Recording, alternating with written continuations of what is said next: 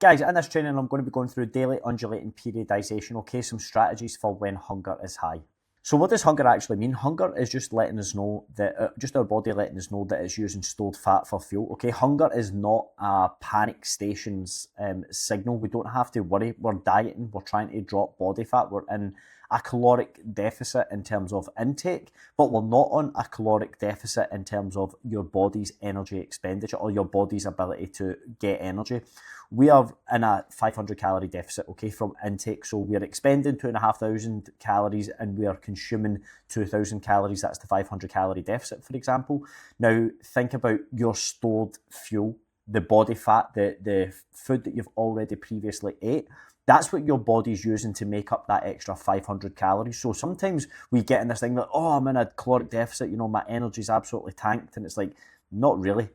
Not really. If we've got plenty of stored energy on our body, we're absolutely fine, okay? So we just need to normalise that hunger is okay. Now, if we know my overarching theme around nutrition, never ever make our meals smaller, okay? So the first instinct when hunger is high is to add more food, but the mistake is adding more calories as a result. We just eat more of what we'd already been eating. The goal that I think about here is how can I make the volume bigger? How can I make the meal bigger and the quantity bigger without making the calories bigger and actually reducing the calories? So we're looking at more vegetables, more fibre, more volume in general, okay? Bigger plate, the same calories or less calories. That's the rule. We never, ever, ever make the meal smaller. So now if I'm looking for some smart swaps when hunger is high, okay, so we can keep potatoes in for as long as we want. Like, potatoes are really good. So I would swap rice for potatoes first, or then spud lights, something like that. And then if I had to get rid of the spuds, then I would look at getting in pumpkin and veg and things like that. So if we look at like on this half of the plate here, we've got like a cup of rice and say, 250 grams of potatoes.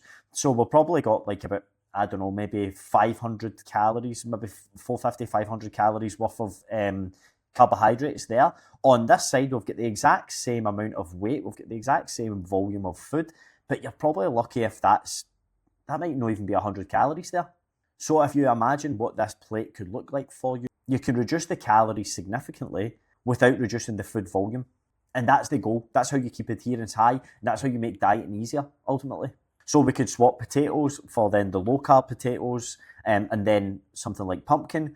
And then rice, we could even swap for like broccoli, cauliflower rice. We could do like a 1-to-1 ratio, like take out 2 cups of rice or a cup and a half of rice and add in, have a half cup of rice and have 2 cups of cauliflower rice, for example. Same amount of volume, significant reduction in calories there, okay? And then looking at even things like watermelon, super high volume fruit that we can consume, like take out an apple and a banana, say, 200 calories, and then if we swap that out and brought in, say, 500 grams of watermelon, so half a kilo of watermelon for like 150 calories, it's just an easy swap. You know what I mean? So it's the same things that we're doing with our meals. We're not changing too much. We're just making smarter decisions. So we're eating more food but consuming less calories. That's the bumper sticker approach here. Now, another potential strategy we can use is daily undulating periodisation, so matching energy to demand. So that means having higher calories on training days and then having a little bit lower calories on non-training days. So there's a few benefits from this, both from a performance perspective, even like a psychological perspective as well, okay? Now, what we need to know or need to understand is this adds another complexity into nutrition. So if you're just trying to get a hold on nutrition and you're just trying to eat consistently, first and foremost, like do that first.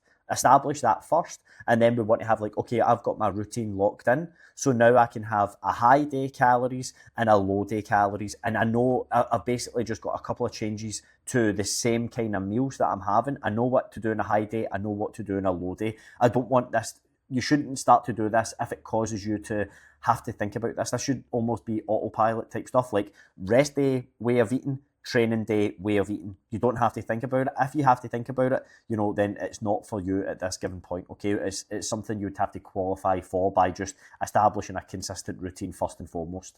Now, if we talk about the psychological benefit, if you are having like a low day, for example, because the net calories we're looking to have is 1,600 calories per day, but if you have a 1,400 calorie day, but then the next day you're getting 1,750, it's so much easier to stick to the 1,400 because it's like, okay, a little bit of discomfort for today, sit on 1,400, it's cool because tomorrow I'm going to 1750. So that extra 350 calories, these are kind of female calories, this example. But if you can imagine for the women in the program, like an extra 350 calories, like that is a huge, that's nearly a meal. For a lot of women in this program, it's certainly a very large size snack to add in terms of food volume and what you can get in a day. So you know that you can dig into that deficit a little bit more, that 1400 day, because you know what's coming the day. And then even from a training perspective, like in your head, I've got 1750 calories in the system today. I'm going in there, I'm going to perform better, I'm going to put that energy to good work or to good use. So looking at non-training days versus training days, 1400 calories for your non-training days, your 3 rest days, your 4 training days, you're on 1750. Again, what's the weekly average? It works out to be 1600 calories per day, but it feels like you're eating more calories on more days of the week than you're not. So training days, you've got more fuel for when you need it. The rest days, you're just maintaining that deficit. You're not expending as much energy. You don't need as much fuel, simple as that. And the weekly average washes out as the same, okay?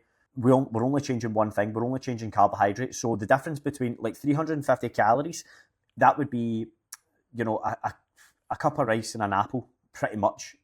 A difference in terms of calories like that, or 1.5 cups of rice. That is the difference in terms of what you would have from a training day to a non-training day. So it's not a massive thing to think about. Like, it's just like, okay, on my training days, I'm going to have an extra cup and a half of rice in my dinner, and it's going to be a nice, full, big, voluminous meal. I'm still the meal's still going to be generally the same. I'm just going to add another 350 calories worth of carbohydrates in. Dead easy. I'm only changing one thing to one meal. It's not. I don't have to think about it too much. There's not too many other variables to consider or an extra layer of complexity. Like, we'll just try to keep things simple here. Okay, so this may be a strategy that works very, very well for some people. Others, it may not, okay? So it would just be assessed on a case-by-case basis, and we can absolutely try it. And if it works, happy days. If it doesn't, then, you know, that's all good as well.